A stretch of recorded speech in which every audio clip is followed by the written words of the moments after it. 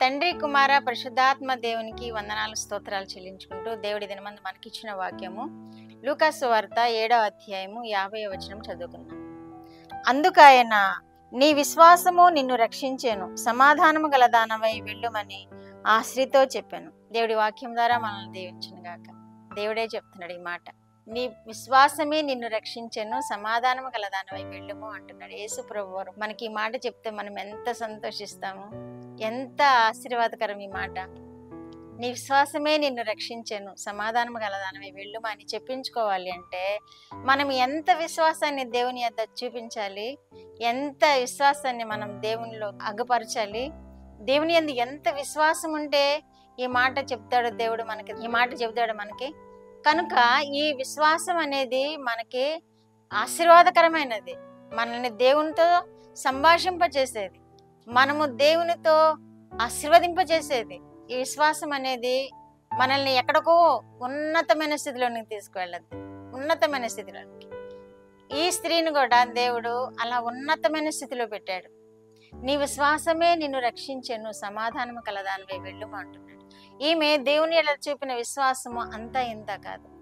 ఈమె స్థితిని బట్టి దేవుణ్ణి అంతగా ఆశ్రయించింది, అంతగా ప్రేమించింది, అంతగా దేవుని ఎడల కృప కొరకై ఎదురు చూచింది.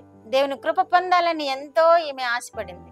దేవుని కృపను పొందుకోవాలి, తన స్థితిని మార్చుకోవాలి, తన స్థితిలో దేవుని యొక్క ఆశీర్వాదం నింపుకోవాలి అని ఈమె ఎంతో తపన పడింది.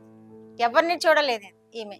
చుట్టుపక్కల ఎవరున్నారు, నన్ను ఎవరైనా నిందిస్తారా, నన్ను ఎవరైనా దూషిస్తారా, నన్ను ఎవరైనా వెక్కిరిస్తారా అని ఎవరిని చూడలేదు. ప్రభువునే చూచింది, ప్రభు పాదాలనే ఆశ్రయించింది.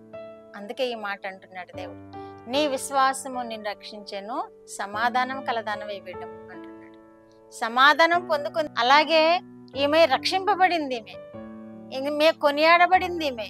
ఈమె ఇప్పటి వరకు ఆ చిన్న దేవుని ఎడల చేసిన ఆ చిన్న కార్యం వలన ఈనాటికి ఆమె కొనియాడబడుతుంది, పరిశుద్ధ గ్రంథంలో లిఖింపబడింది, ఆమె చర్యలు ధ్యానింపబడుతున్నాయి. ఆమె విశ్వాసం గురించి మనం కూడా ఇలా ధ్యానించుకోవడం జరుగుతుంది.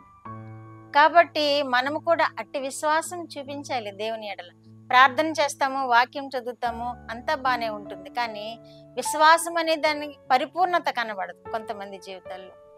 ఆ పరిపూర్ణత లేకపోతే నీ విశ్వాసం నిన్ను రక్షించాను అని యేసుప్రభు చేత మనం చెప్పించుకోలేము. ఆ మన విశ్వాసంలో పరిపూర్ణత లేకపోతే మనం ఆశీర్వాదంలో కొద్దిగానే పొందుకుంటాం, పరిపూర్ణమైన ఆశీర్వాదాలు పొందుకోలేము. నీ విశ్వాసమే నిన్ను రక్షించాను అని అనేక మందితో బైబిల్ గ్రంథంలో చెప్పారు దేవుడు. ఎంత విశ్వాసం చూడలేదని శతాధిపతితో చెప్పాడు.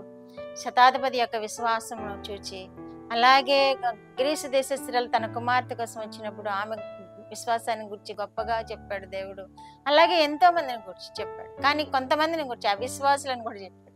విశ్వాసం లేని మూర్ఖతనం కూడా అన్నాడు. ఇంకా అల్ప విశ్వాసులరా అని కూడా అన్నాడు. కాబట్టి అవిశ్వాసులుగా, అల్పవిశ్వాసులుగా, విశ్వాసం లేనివారుగా మనం ఉండకుండా మనము విశ్వాసము గలవారమై ఉంటే మనము దేవుని చేత రక్షింపబడిన వారంగా ఉంటాం, దేవుని ఆశీర్వాదాలు సమృద్ధిగా పొందుకున్న వారం అవుతాం. అట్టి కృప దేవుడు మనకు అనుగ్రహించున్నాక. ప్రార్థన. మా దేవ, మా ప్రియ పరలోక ప్రభువా, మీ పరిశుద్ధ పాదములకు వందనాలు, స్తోత్రాలు. మా రక్షకుడు యేసయ్య, పరిశుద్ధాత్మ దేవ, స్తోత్రాలు. ఇచ్చిన వాక్యం కొరకు స్తోత్రాలు ప్రభువా. విశ్వాసం కలిగి జీవించి ప్రభువా మీలో ఆశీర్వాదాలు, మేలులు పొందుకునే భాగ్యం వినిచిన బిడ్డలందరికీ దయచేయండి ప్రభువా. పరిపూర్ణమైన విశ్వాసం బిడ్డలకు కలుగు చేసి మీరు మహిమ పొందమని, వినిచిన బిడ్డలందరినీ మీరు విశేషముగా ఆశీర్వదించి వారి యవన బిడ్డలను, వారి చిన్న బిడ్డలను మీరు దీవించమని, రక్షణ కోరిన బిడ్డలకు రక్షణ దయచేసి, ప్రార్థన కోరిన బిడ్డలకు విడుదల, నెమ్మది దయచేసి మహిమ పొందమని యేసుక్రీస్తు వారి పేరటి మనవులు మీ పాదములతో వేడుకుంటున్నాను పరమ తండ్రి. ఆమేన్.